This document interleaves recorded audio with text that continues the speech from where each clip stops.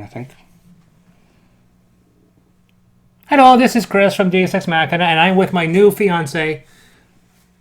No, sorry. My fiance doesn't like being on camera, so I have the next best thing. This guy, who is named... Dave from Rampant Wolf Games. Dave has his own... I was waiting for you to yodel. Yodelehoo. There you go. Oh, God. I've created a monster. High on a hill was a lonely goat herd, lay, hoodlay, hoodlay, hoo. Loud was the voice of the lonely goat herd, lay, hoodlay, hoodloo. And we are here to talk about this giant game, Mountaineers. I say that 3 times fast. Mountaineers from Massive Games. Mm-hmm. It's a massive game by Massive Games. A massive game by Massive Games, Mountaineers.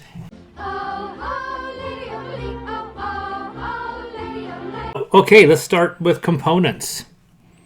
Honestly, I have 0 complaints. The components felt right for the game. Now, there are some issues that were spotted by... I'm going to give them a pass because it was spotted by the designer. He did give some homebrew fixes you can do to fix things that the factory screwed up. But they are so small, it's like things you can fix with taking an X-Acto knife to a hole or buying like a $2 piece of hardware from your local hardware shop. So I'm giving them a pass. The components feel great. The only thing I would have issues with is I would have liked maybe just some white paint on the pitons so I could actually see the numbers better. Because I couldn't see the numbers on mine that well. Yeah, the numbers on the pegs. So this by the way is a Kickstarter exclusive. If you guys this is the collector's edition. This is the collector edition. It's got a few more things. The wooden toggles and a lot more plastic. Nope, the wooden toggles are in the retail. Oh, okay. The only thing that the collector's edition has over the other ones is card holders and 5th and 6th player. Right. Oh, and the 4th side to the mountain. Oh, okay. Yeah, otherwise the retail edition has 3. Oh, okay. Yeah. Which is kind of expensive because you don't see the 4 sides on the back of this box. Correct. Yeah. So that's components. What did you think of the components? Okay. Well, I thought they were ass.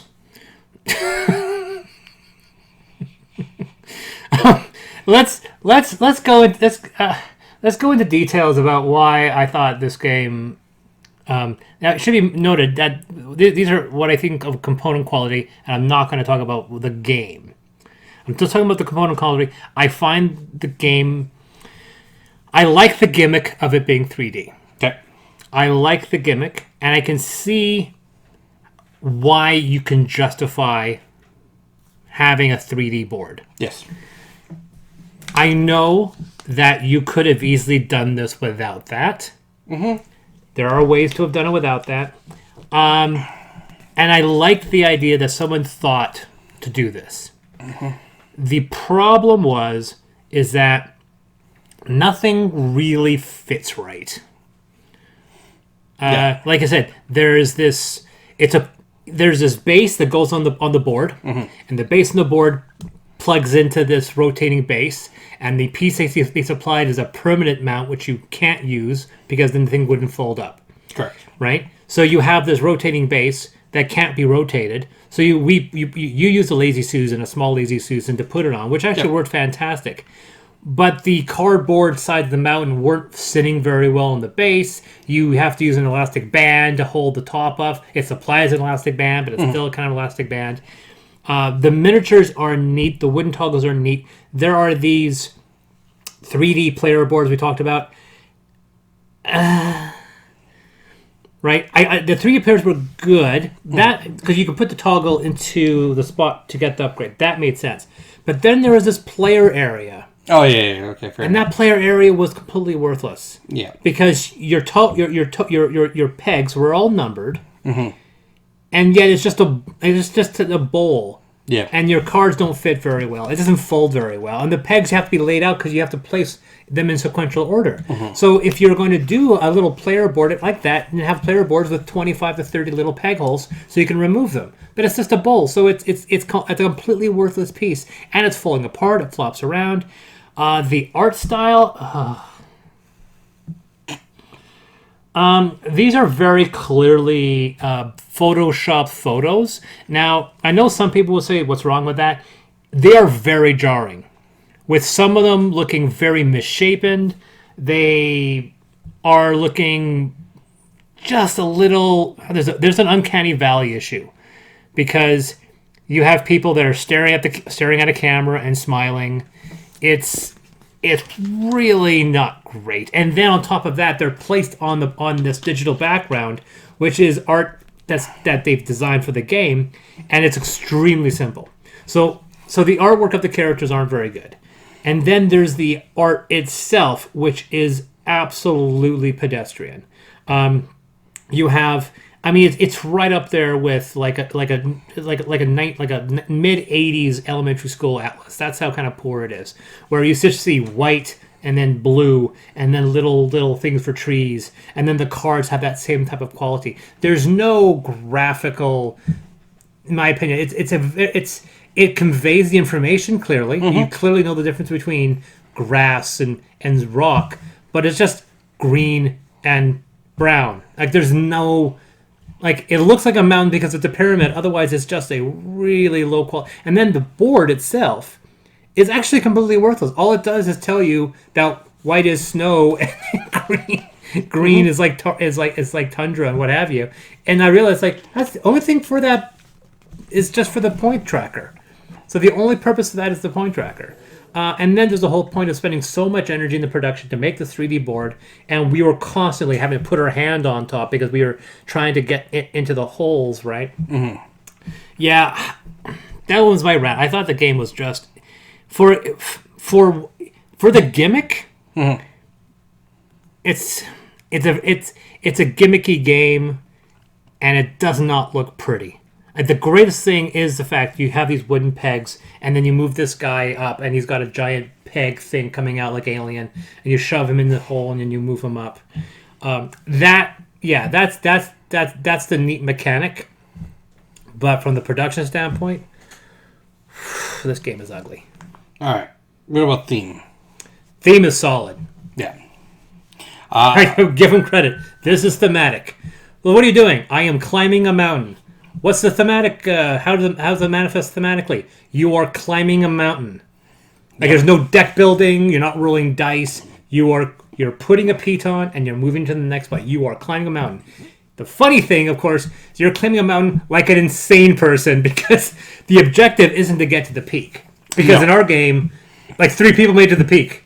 Yeah, the game definitely changed. We included the challenge portion, and it changed the game completely. Yeah. Because now it has things like, do all your other stuff while also trying to get to the summit first, and also change the game completely. Yeah, because you want to get to the summit, but then like you get these point scores for patterns about climbing.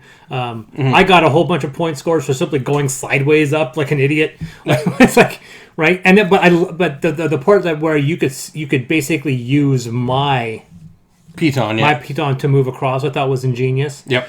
So there's thematically the game is solid. It was designed by a climber. He obviously wanted to convey climbing and still make a game out of it and make it so it's not just who gets the top wins. Because you have to include a random variable to implement that. Yeah. So you wanted to have a situation where you were trying to gain to claim certain point cards, and so I give him credit for that one. Yeah, and I mean for me, like it was interesting because when I played with my wife, the get to the first was get to the summit first was the objective, but I also had a card where it was like across the waterfalls. So here I am going like this, zigzagging across, going up, and she's like, "What the hell are you doing?" I'm like, I'm getting to the summit. She's like, "No, you're not." I'm like, "Yes, I am. I'm just taking a scenic route."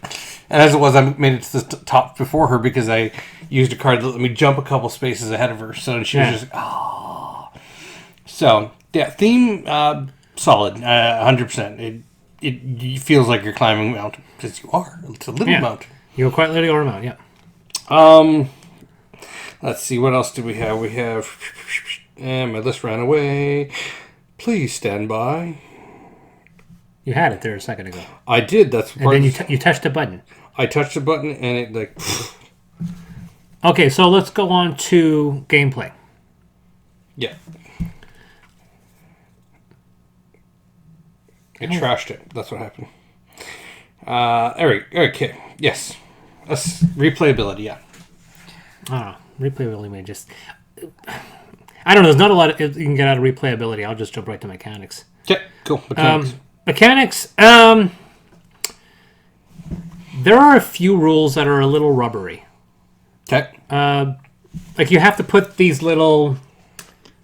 What were they called? Transients? Carabiners. These little hooks, these little U-shaped, almost like horseshoes, that go over top of your pitons or other people's pitons. Mm-hmm. That's a great idea in theory. I'm amazed I'm amazed we were able to keep them all without them falling off. Yeah. It's a nice idea, but it's just I wish there was a better way of establishing that than to kind of precariously balance these U-shaped things onto vertical surfaces that are going to fall off. And there's the unfortunate thing about after you've completed your objectives, or you're near to completing your objectives, or near the end of the game, I don't know why you wouldn't just keep on just drawing mission cards. Because unlike certain other games, when you draw a mission card... Well, you can draw more mission cards, so... You can. Yeah. Yeah. Well, in near and far, you can draw additional mission cards. But if you can't succeed at them, you get point penalties, right? Oh, yeah. But an important thing about that one is that because it requires resources, you then have to acquire those resources. But with this one, because they're based on patterns, you may have already established said pattern previously, which means you can claim a point card, grab a point card, and then immediately claim it and gain points. Like, oh, I'm going to claim this point card. Boom, 6 points. And just do that.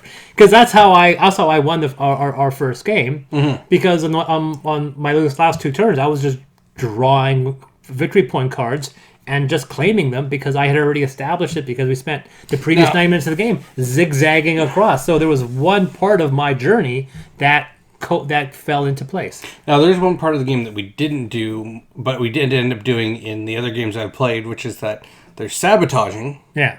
Which basically, when you pull a piton out of someone's pattern, it halves the pattern's value. Yeah. And I did that, and that changes the game significantly. Yeah. That being said, I'm not a huge fan of people screwing over some. I prefer a system where. But you get screwed over too, because you lose points for doing it.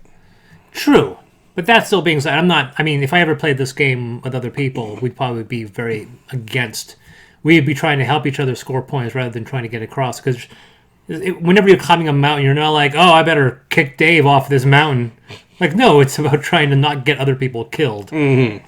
That's what you could never do. You can't go, let's like kick Dave off into his miniature falls to the bottom. What about learning curve? It took a bit. Once you figured out what you could do, like the carabiners, figuring those carabiners was tricky. The manual needs a bit of help. But learning the game, like we got it down eventually. Yeah. It wasn't too hard. There is a bit of downtime just because there's nothing you can do outside of your turn. Thankfully, it's not a fast. You get 2 actions. That's about it. Yeah, exactly. So yeah, and we've already talked about. Just final thoughts. I give this one. Score. Final thoughts. It needed a little more polish, but I'm gonna give them a pass for what they were trying to do. Mostly because I still find the game quite enjoyable. So. I thought the game was okay. I thought the game was better than it looked. Right? Like, I like the idea of climbing a mountain competitively where you're trying to score points based off of the journey, right? And where you go, not necessarily who gets the top first. Yeah.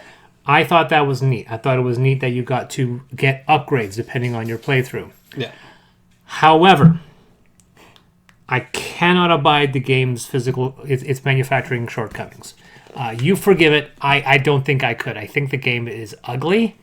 I think the game's production qualities are inadequate. I think I would have much rather preferred this game to be more traditional in the way it worked, or at least made itself not look like it was done in paint. Because some of the cards, especially when you deal with the trees, you're like, oh. We're looking on the back of the box right now. I'm just like, it is so cheap looking. And it's one of those situations where his heart was in the right place, but he badly needed to have a better artist design. I could do a better job with these cards, and I'm horrible. I feel the art is okay, and here's the reason why. Because it looks like what it should look like, which is topographic maps. This is literally what topographic maps look like when you are doing climbing. So for me, the art fits, because literally, as for any type of stuff, that's literally what a topographic map will look for you. There is not huge amounts of detail, otherwise you couldn't see what it is you're trying to look at. Yeah, it's like say when you think Spirit Island. There's this great version of Spirit Island, but everyone turns it over to the color-coded version of Spirit Island because that's the easier way to play. Yeah. I would just say the fact that I could have almost forgiven that with the terrain, because the sides of the mountain have to be clear. It does look like a light bright when you have all your things in place. That being said, I don't think the cards needed to be as simplistic as it is. I thought, and once again, I think the character images are really, really, really awkward. Yeah, they could be better, but it could be a lot better. I've seen worse, so that's. Oh yeah, we've both seen worse. Yeah, a ton of seen worse. I mean, we've seen the Firefly deck building game. What's your score?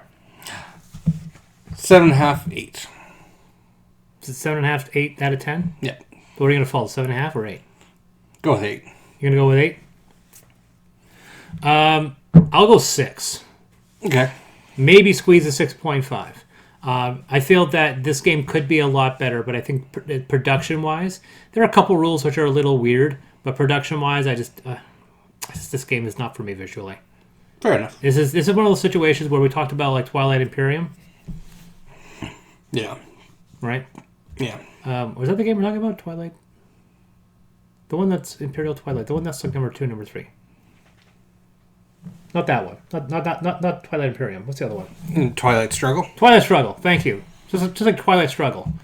I don't understand why people like that game, but some people like that game. People who like Twilight Struggle will probably like this game, but it's not for me. Fair enough. All right, so I have been Chris. And I've been Dave. And this has been Mountaineers, and this has been our review.